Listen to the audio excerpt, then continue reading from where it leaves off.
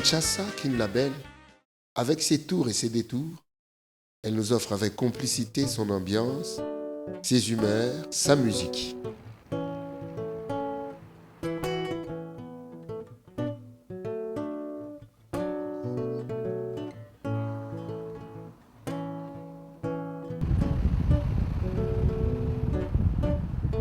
Ah, Kinyabanka.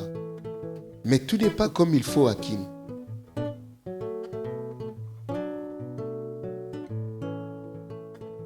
Dans ses alentours, les ravines remplacent les collines, un problème persistant. Ah, érosion, une mine de la vie.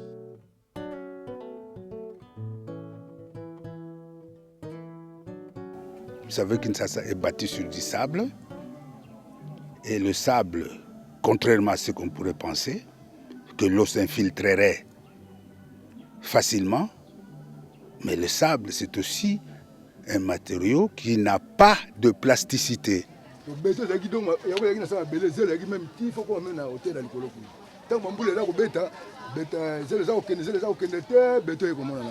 Alors à l'époque, le béton était beauté. Donc tout le monde n'a pas si mingi à cause de l'effort que ma belle est on atteint un niveau haut.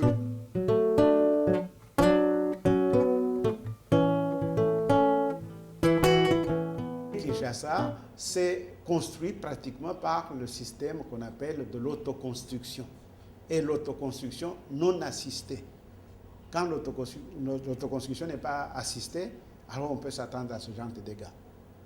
Autre que construire des maisons anarchiques, même pour eux-mêmes, c'est un danger. Parce que la plupart des maisons qui sont parties, ce sont ces gens-là qui ont construit anarchiquement. Leurs maisons sont parties. Maintenant. Et qu'est-ce qu'ils ont gagné? Rien du tout.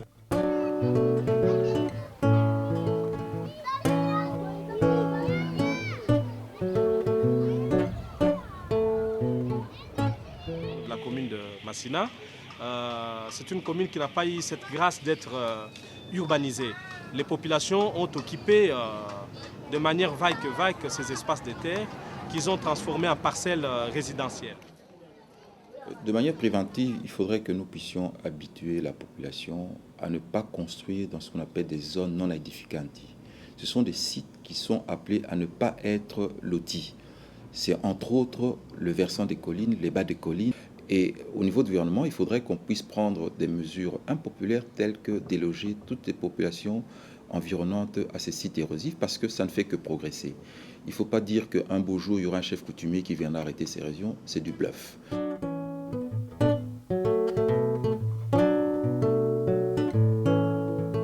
Mabele, c'est un garant de terre. Il y a du pouvoir coutumier. Donc Mabele, c'est un biseau. Ce que c'est boucan, ce que c'est le lobby, changement il faut ça là. Alors l'État, on a Tembeta, on a d'autres idées. Également, il existe des textes édictés pour dire que le terrain appartient à l'État. Les terres appartiennent à l'État. Seul l'État est habilité à disposer des terres à les mettre à disposition. L'érosion, tous les géographes le savent, hein. C'est un processus naturel qui est à l'origine et à la base du façonnement des formes de la Terre que nous observons partout. C'est un phénomène donc naturel et normal dans les conditions naturelles. On ne peut pas l'empêcher. Chaque fois que l'eau peut circuler, il emporte une partie de terre qu'il va déposer ailleurs.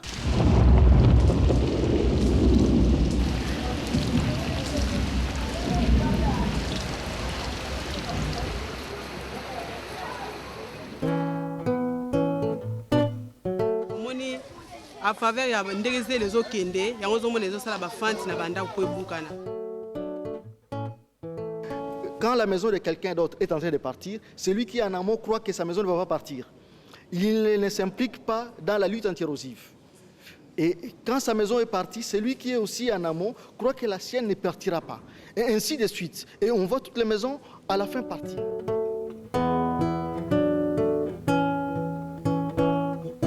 So lelo to komi bona pasi o to komi nango biloko ya sali o forex sali o vede ba sali so ba ko mangote na suka nde matatu to kwe nango te.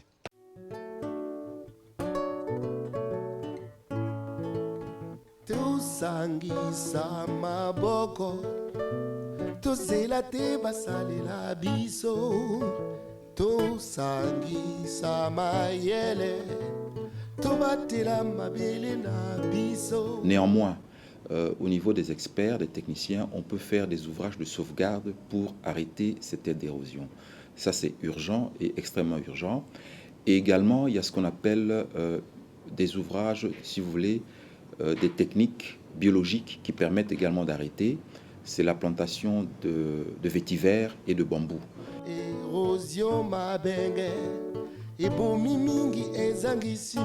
Le vétiver, c'est une espèce végétale d'origine indienne de la famille des graminées.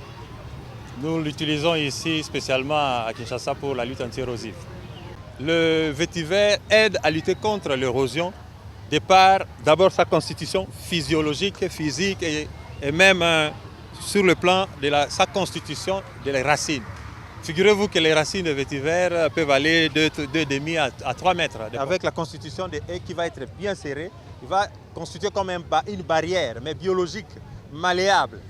C'est-à-dire il capte plus les sols qui est en suspension dans les eaux et freine la vitesse des eaux par les haies successives à mettre en place.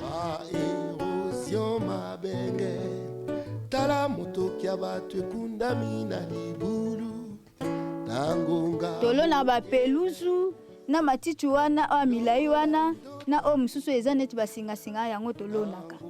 Bato bayebi ke batonga ndako place ezali na ngomba bameka kotiaka nani basak bameka kolona bapaspalum et puis balona mpe banzete mpona koevite nani baérosion.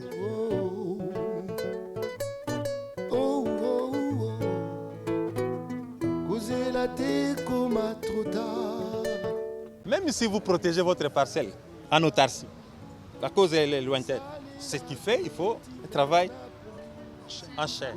La motivation vient des soucis à quartier. Soucis à quartier. Surtout si on a la toucher quand même. On a la toucher. Et il n'y a pas voisin, on a touché.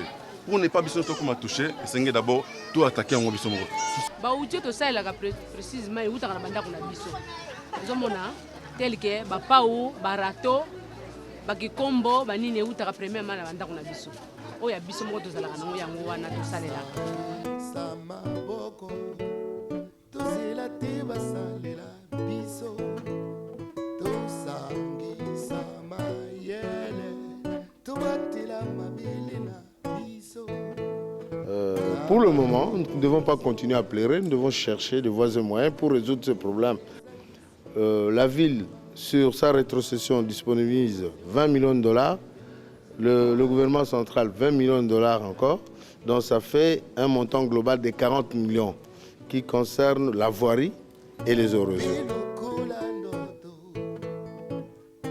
Dans la situation actuelle, évidemment, c'est qu'il faut empêcher les érosions qui sont installées et qui, à notre avis, a atteint un seuil tel que ça devient difficile de les arrêter.